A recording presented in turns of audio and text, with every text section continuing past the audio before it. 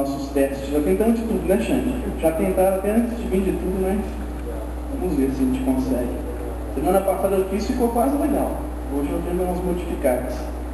Segundo Reis, capítulo 4, a partir do versículo 1 até o versículo 7. A palavra do Senhor diz assim: certo dia, a mulher de um dos discípulos dos profetas foi falar a Eliseu: teu servo, meu marido, morreu, e tu sabes que ele temia o Senhor, mas agora veio um credor que está querendo levar meus 2 filhos como escravos. Eliseu perguntou-lhe: como posso ajudá-la? Diga-me o que você tem em casa. E ela respondeu: tua serva não tem nada, além de uma vasilha de azeite. Então disse Eliseu: vá pedir emprestadas vasilhas a todos os vizinhos, mas peça muitas. Depois entre em casa com seus filhos e feche a porta. Derrame daquele azeite em cada vasilha e vá separando as que você for enchendo. Depois disso ela foi embora, fechou-se em casa com seus filhos, começou a encher as vasilhas que eles lhe traziam. Quando todas as vasilhas estavam cheias, ela disse a um dos filhos: traga-me mais uma. Mas ele respondeu: já acabaram. Então o azeite parou de correr. Ela foi e contou tudo ao homem de Deus, que lhe disse: vá, venda o azeite e pague suas dívidas, e você e seus filhos ainda viverão do que sobrar. Senhor, nós te louvamos, ó Pai, por este momento. Estamos na tua presença, Senhor, a tua palavra está sendo ministrada, Pai. Senhor, o homem não pode acrescentar nada à tua palavra, e somente o teu Espírito pode direcionar, interpretar e nos mostrar o verdadeiro sentido, nos mostrar o caminho, nos dar, Senhor, a direção para as nossas vidas. Pai, usa-me nesta noite, usa-me como instrumento, usa-me como um canal, Senhor, de bênção, de unção, que eu possa, Senhor, ó Pai, ser usado como a tua boca nesta noite, que nenhuma influência minha, Senhor, entre em ação, mas que o teu Espírito venha falar conosco, ó Pai. E desde já, Senhor, nós pedimos que o Senhor abra os nossos olhos e ouvidos espirituais, para que possamos, Senhor, compreender, entender e praticar da tua santa e bendita palavra. É o que nós te pedimos, e em nome de Jesus nós te agradecemos. Amém, Jesus. Você pode sentar, em nome de Jesus. Amados, o tema desta mensagem, eu gosto sempre de dar temas às mensagens. Às vezes eu não falo, mas eu sempre coloco um tema quando eu estou estudando a palavra de Deus, porque eu acho importante o estudo da palavra. Eu, esses dias ainda, ontem, conversava com a Eusete, né? A Eusete, ela gosta, não sei o que está acontecendo para não subir, mas ela gosta de ouvir a palavra. E aí eu prestei alguns MP3 gravados de pregação, vários, uns 20 para ela. Prestei não, dei para ela, né? Passei do meu computador. Deve estar assistindo lá, né? Preferiu o pastor lá, tá certo que ele é mais top. Ele é mais top, mas tudo bem. Mas, glória a Deus por isso.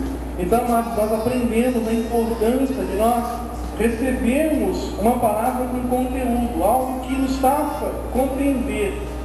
A palavra de Deus, ela tem que trazer mudança na nossa vida. Nós não podemos nunca chegar na igreja e sair, não é o correto, não é a melhor forma, mas isso acontece sem compreender aquilo que nós ouvimos, sem entender daquilo que a palavra do Senhor diz.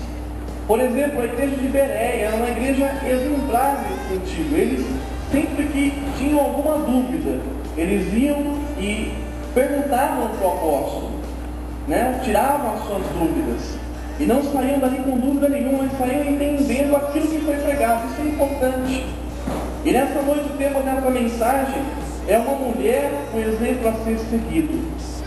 Essa mulher, irmãos, é um exemplo claro do que nós devemos fazer diante das dificuldades, diante dos problemas, diante das adversidades.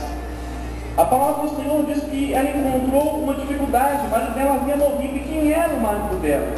Era um profeta, provavelmente alguém, né? Alguém que o profeta Eliseu conhecesse.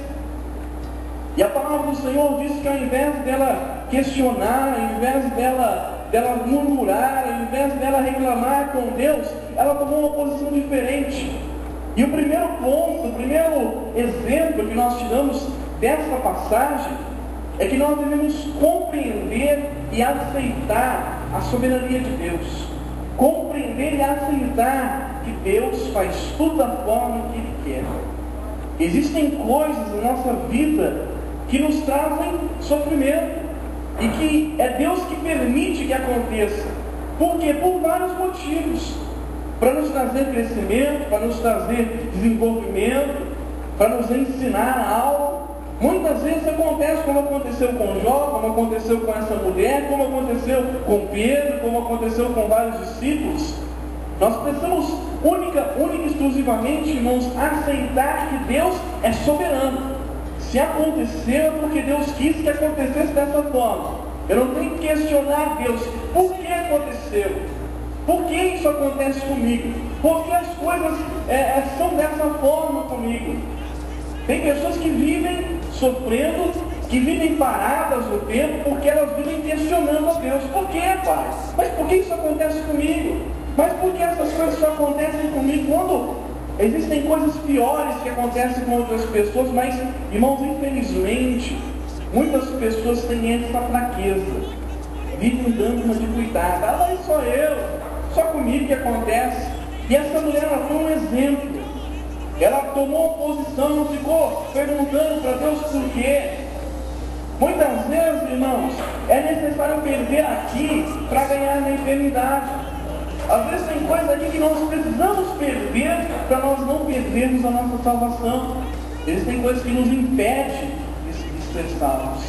Então nós precisamos compreender que Deus está no controle de todas as coisas. Coloca a mão no teu coração e repita comigo: Deus está no controle de todas as coisas. Deus está no controle de todas as coisas. Não importa o que aconteça na tua vida, Deus está no controle. Amém? Nós precisamos entender isso, aceitar isso. Estou sofrendo, mas Deus está no controle. Algo vai acontecer. Esse sofrimento na minha vida tem algum sentido. E eu vou superar essa dificuldade porque não é a vontade de Deus. E nós vemos nessa passagem que não é realmente a vontade do Senhor que o sofrimento persista na vida da pessoa. O segundo exemplo que nós temos dessa mulher, irmãos, o primeiro é que ela não ficou reclamando. Ela compreendeu que Deus é soberano. O segundo exemplo, ela não ficou ali parada, apenas no túmulo do seu marido. Ela tomou uma atitude. Porque muitas vezes a pessoa entende, é verdade, essa vontade do Senhor, e ela encontra uma dificuldade, mas ela não toma uma atitude. Mesmo que o problema, mesmo que o sofrimento seja uma permissão de Deus na nossa vida, nós não podemos esperar que as coisas acabem para que nós venhamos tomar uma atitude. Nós precisamos, irmãos, aprender a nos antecipar aos passos. Está vendo que a situação não está interessante, não está legal? O que nós fazemos? Eu vou tomar uma posição. Eu vou tomar uma atitude na minha vida. E muitas vezes só que a tendência é deprimir, a pessoa fica deprimida, a pessoa se fecha, a pessoa se tranca, se deixa vencer ali pelo abatimento, se deixa vencer pelo sentimento de revolta, se deixa vencer pelas coisas que estão acontecendo. Não é assim que acontece muitas vezes conosco. Nós ficamos ali parados, às vezes sofrendo aquela situação, irmãos. Não é assim que funciona. Essa mulher, quando ela viu que o problema, o marido morreu, e além da morte do marido, ela tinha uma dívida, o marido tinha uma dívida que deveria ser paga, e se ela não pagasse, os seus filhos seriam levados como escravos para aquele homem. O que ela fez? Ela não ficou ali na beira do túmulo reclamando com o marido. Eu entendo, Deus é soberano, mas esse safado, esse homem, ele tinha que fazer, deixar essa dívida para mim. Ele tinha que fazer isso. Não, ela tomou uma atitude. Eu tenho que agir. Eu tenho que mudar a história da minha vida. A vida tem que continuar apesar das perdas. Então ela tomou uma direção, ela falou: eu vou agir para que a minha vida não permaneça da mesma forma e para que eu não venha sofrer consequências dessa situação. Eu tenho que agir. Então, não adianta ficar chorando na beira do túmulo de ninguém. Tem que ter uma atitude. Levanta a cabeça. Fala para esse irmão que está perto de você, fala para ele: levanta a cabeça. Levanta a cabeça. Para de olhar para baixo. para de viver entristecido, para de viver, irmãos, choramingando pelos cantos, mas comece a levantar a tua cabeça, eu tenho que fazer alguma coisa, eu tenho que tomar alguma atitude. Eu não posso esperar que a situação vire um caos para depois eu tomar uma atitude. Eu vou dar alguns exemplos. Às vezes a pessoa está numa empresa e ela vê que o negócio não está interessante, que a empresa não está indo bem e que o caminho daquela empresa é a bancarrota. E ela fica ali esperando acontecer. O que ela tem que fazer? Começa a procurar novos áreas, irmão. Começa a enviar currículo. Começa a fazer um curso. Vê se não dá para você mudar de área, mudar de empresa. Mas tem pessoas que não, irmão, ficam esperando. Eu trabalhei no condomínio na Barra Funda e eu lembro que eles começaram a falar de terceirização. E o que é a terceirização? Contrata uma empresa para cuidar das áreas de serviço do condomínio. E eu acho interessante que os funcionários ficavam discutindo, brigando, reclamando, porque a direção do condomínio queria terceirizar as áreas ali, a portaria, a limpeza, e ficavam reclamando dessa questão, mas não dá uma atitude. Se eu estou vendo que a situação vai por esse lugar, eu vou procurar outro lugar para me encaixar, não vou ficar nessa questão. Amados, então esse é um exemplo claro. Começa a tomar uma atitude na tua vida. Não deixa as coisas acontecerem não e você fica ali depois sofrendo. Começa a tomar uma atitude. Se a situação não está legal, Juliana, toma uma atitude. Né? Então foi o exemplo que essa mulher deu. Ela falou, eu vou tomar uma atitude. Eu não vou ficar aqui esperando. Eu não vou ficar esperando o cobrador chegar na minha casa e falar, estou levando os teus filhos, não, vou fazer alguma coisa. E o que essa mulher percebeu? O que foi que motivou essa mulher? O valor que ela dava na sua família, o valor que ela dava nos seus filhos. Amados, nós precisamos lutar pela nossa família. A nossa família não pode, não deve ser escravo do inimigo. E é isso que essa mulher, ela entendeu, ela falou, se eu ficar aqui parada, os meus filhos vão ser escravos. Se eu ficar aqui parada, a minha família vai ser escravizada. E muitas vezes nós estamos vendo, irmãos, as coisas acontecerem ao nosso redor, as situações acontecerem ao nosso redor, e nós não tomamos uma posição e acabamos vendo a nossa família sendo escravizada. Então, começa a prestar atenção no movimento do inimigo. Presta atenção no movimento que o diabo está tendo.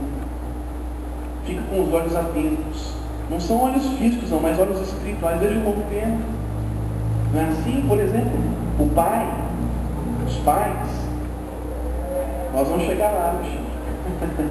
Eu com a minha novinha aí, vindo do outro. A irmã Thaís também é pequenininha, né? Mas os pais têm que estar atentos. O filho começa a mudar a forma de agir, alguma coisa não está legal. Esses dias eu via uma reportagem de uma mulher que o filho dela sumiu. E aí começaram a procurar essa criança e ouviram falar que ele estava aqui na Praça da Sé. Do interior veio para na Praça da Sé. E continuaram procurando, pesquisando, e ouviram falar, não encontraram a criança, mas ouviram falar que ele estava usando droga.